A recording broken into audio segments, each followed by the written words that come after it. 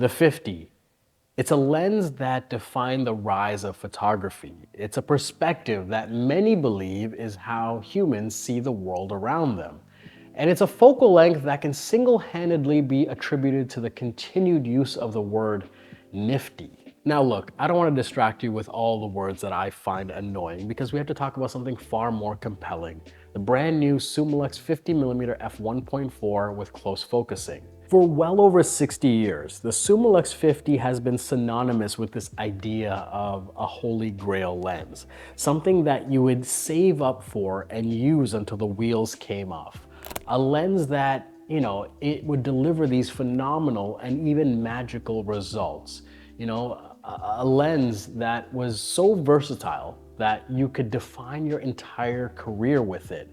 And the latest version, well, it looks to be the most capable one yet. Let's start with how this lens improves on the previous version, a version that's been on the market for almost 2 decades. And in fact, let's start with something that most people are not talking about or haven't talked about in a very accurate way. The rendering of this Summilux 50mm is just like the previous version. When you take a picture, the color and contrast behave in a way that feels like a Summilux lens. Another way to say this is that if you were to take an image and you plotted it on an MTF chart, it follows the same curve.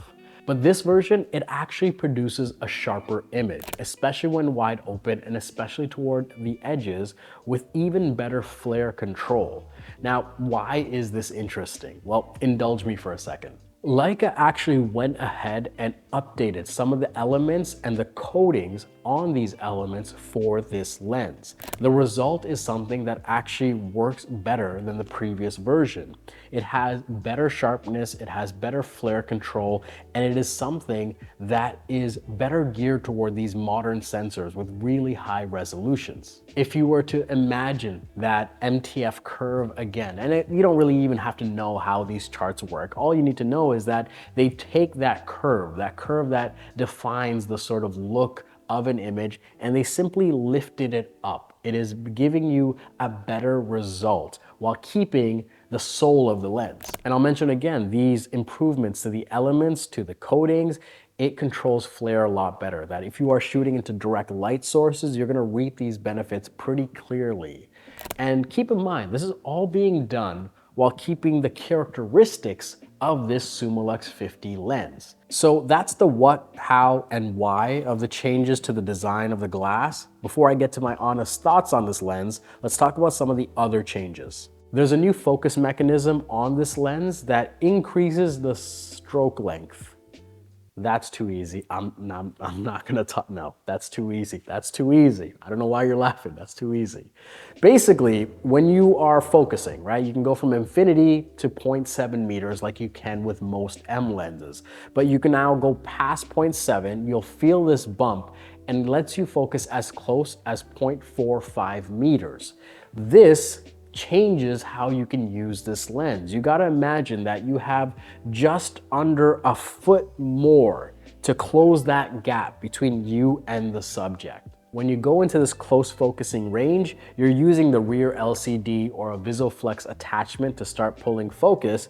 But again, this is something that can prove to be very useful in the field. There are now 11 aperture blades inside of this lens instead of 9, and it's something that you're not going to notice when you're shooting wide open, but when you stop down, you'll just notice your bokeh has a cleaner look to it, right? Where in select instances, it's just going to perform better than the previous version. This Summilux has a twisting hood mechanism, not something that you just pop out. It's also a smidge thicker and a tad shorter, which is kind of a perfect analogy for what getting old feels like. And I should also say, this lens comes with the standard yellow amber paint in the accents. This red you see is a custom job done by the incredible team in Wetzlar. Okay, now that you know what has improved and changed with this lens, let me share with you my thoughts after using it for 6 months, what, if anything, can be improved, and more importantly, why this probably shouldn't be the first lens you go to when you're building out your M kit. If you haven't already, queue up my Summilux 35mm review, because in that video, I speak at length about this magical Summilux look. In short, these Summilux lenses, they're not the most sharpest, the most technical, the most accurate lenses. You are buying into a high degree of those three things, but you're also considering a unique character to the lens, a different kind of language that genuinely feels different. And more importantly, it does this without feeling unpredictable or vintage looking. When you're shooting wide open at f1.4, you have an incredible amount of sharpness where you focus, and then you have this exponential drop in sharpness and contrast that defines this Summilux look. It's what gives it this sort of magical feeling, right? This is what defines this lineup. It's an effect that gives more pop than Madonna, right? This is something that when you're shooting it, it often feels like a wider aperture than the f1.4 might make you think. And when you move down the aperture range, even when you go to f2.8, you see this dramatic lift in sharpness, in contrast across the frame, something that changes your image considerably, right? And all of a sudden, it gives you this versatility in the field, right? You can go from capturing this modern ethereal look in one moment and something that's more grounded in the next. And to take this further, even though this isn't a Leica Apo lens, the lens still has some apochromatic properties where if you are looking at the edges of highlight areas, you're not gonna see these weird greens and magentas starting to show up. It controls them incredibly well. Compound this with the improved optics and the flare control, and you have a lens that begs you to shoot it into bright light sources, into challenging situations. Whether it was on an M11, SL2S, or monochrome camera, this new 50mm lens would deliver exceptional results in all sorts of environments. Because of its design, with the characteristics and close focusing, you had more latitude in the stories you could tell. You could capture very intimate portraits that pull you into the subject, or you could step back and establish a story. And sure, there's a ton of lenses that can deliver a similar experience, but the degree in which this lens does it, well, it really feels like it's rivaled by few. Let's also keep in mind this is being done in a very compact package. At 337 grams and a 46mm filter mount, this is tiny by modern standards, and this adds to that magical feeling. This is something that doesn't feel like it's tipping your camera too far forward. And because of its discreet design and the results that it can deliver, it has these wide-reaching story implications. Even though the 50mm focal length doesn't sit in my top 3, because of its feature set, because of its packaging and how it delivers these results, it's something that felt necessary for the work that I'm doing. It complements my 35 extremely well while touching different story elements in my photography. Now, how does a lens like this get better? Truthfully speaking, there's not much you can do, right? I know a bunch of people will put their hands up and talk about these more affordable options that can deliver a sharper result. The reality is when you're looking at these lenses, especially modern lenses, everything is just a creative choice, or at least it should start as a creative choice. You can spend more or less money and chase sharpness. You can spend more money and chase accuracy, and you can spend Scrooge McDuck money and chase even more character.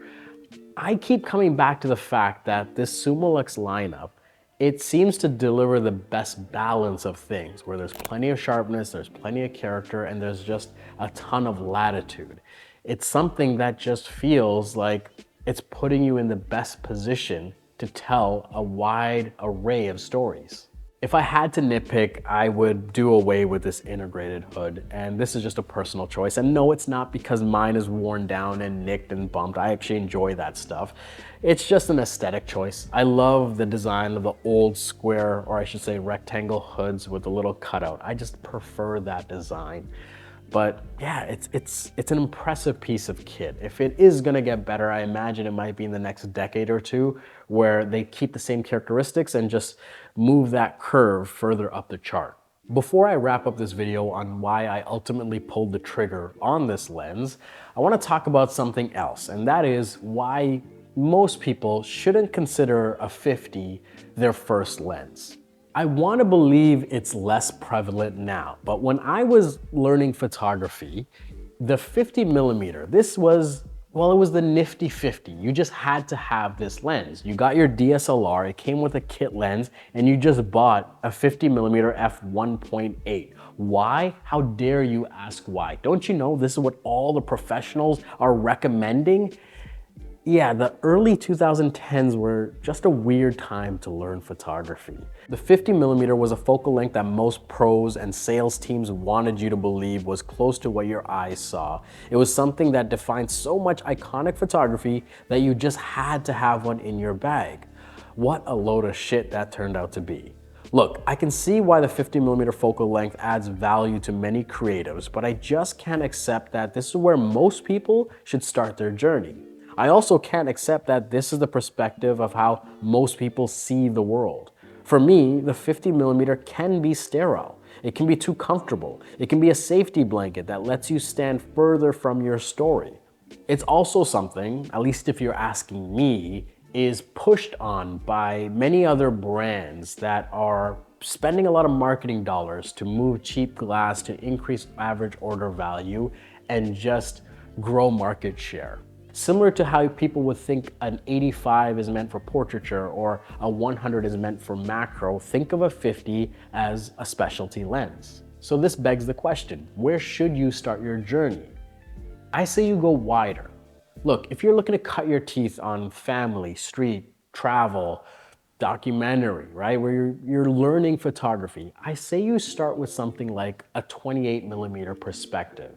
This is something that is wide. It is gonna push you outside of your comfort zone. It's gonna challenge you. It's gonna make you get closer to your subject. It's gonna make you think more creatively. It's not gonna let you, well, it's not gonna do any cheap tricks for you. And in turn, I think it's gonna make you a more intentional photographer. While mobile photography has made us more comfortable with a wider perspective, ultimately, to create a good, compelling photograph with a 28 is not easy. It requires work. And again, getting out of your comfort zone.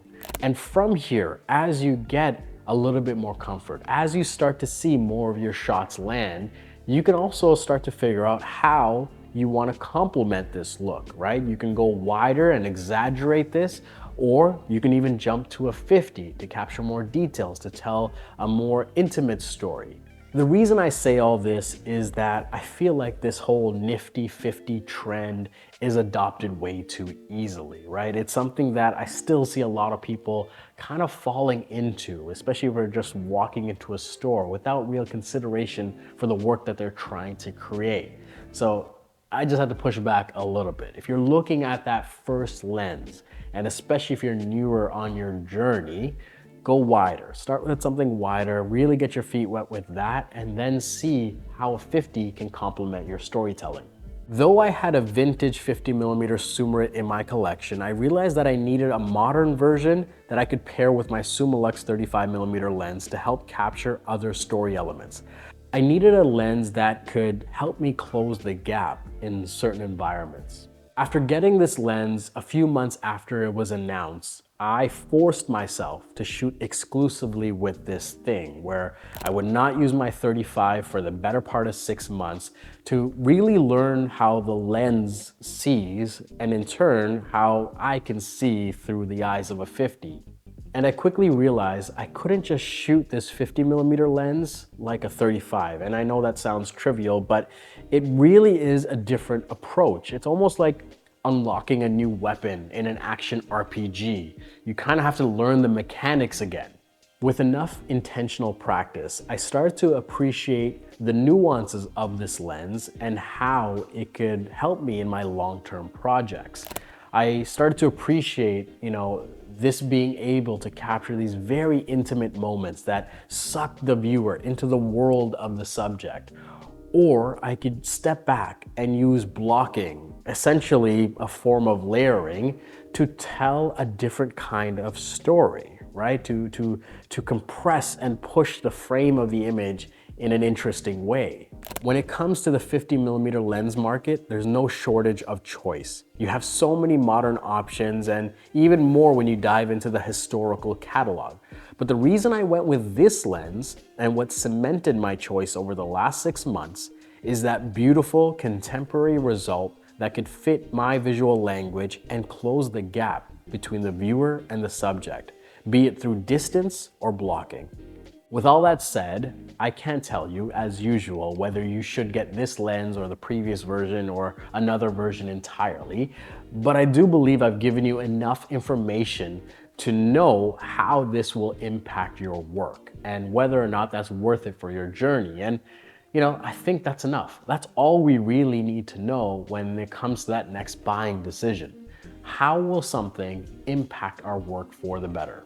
So there you have it. That is my review of this, well, really iconic lens in the Leica lineup. And this one took a lot longer to put together and to even get these words, these thoughts together, because I had to learn how to see through this lens again. So I'm very curious, for those of you that have made it this far, please let me know what you think about this perspective, this lens, and especially, what you're using in your kit, how you use your 50. I'd love to continue the conversation in the comments down below. And if you made it this far, as usual, put an emoji of your favorite animal so I know who you are. I should also plug the photo club, Church Street. This thing has growing faster than I can imagine. There's already a ton of people supporting the journey beyond what's available for free. Again, if you love photography, if you want to hear more about my photography stories, my adventures, go to churchxstreet.com. I publish a new story every other week, and every month we have a brand new contest. And I think by the time you see this video, we would have either just given away a free 1-year subscription to Capture One Pro, or this might be your last chance to get in on that contest. Anyway, go to Church Street, sign up, it's free to join, and it's a brand new story every other week. Anyway, that's enough for this video. As always, my name's Gadgen. Thank you so much for watching, and I'll see you next time.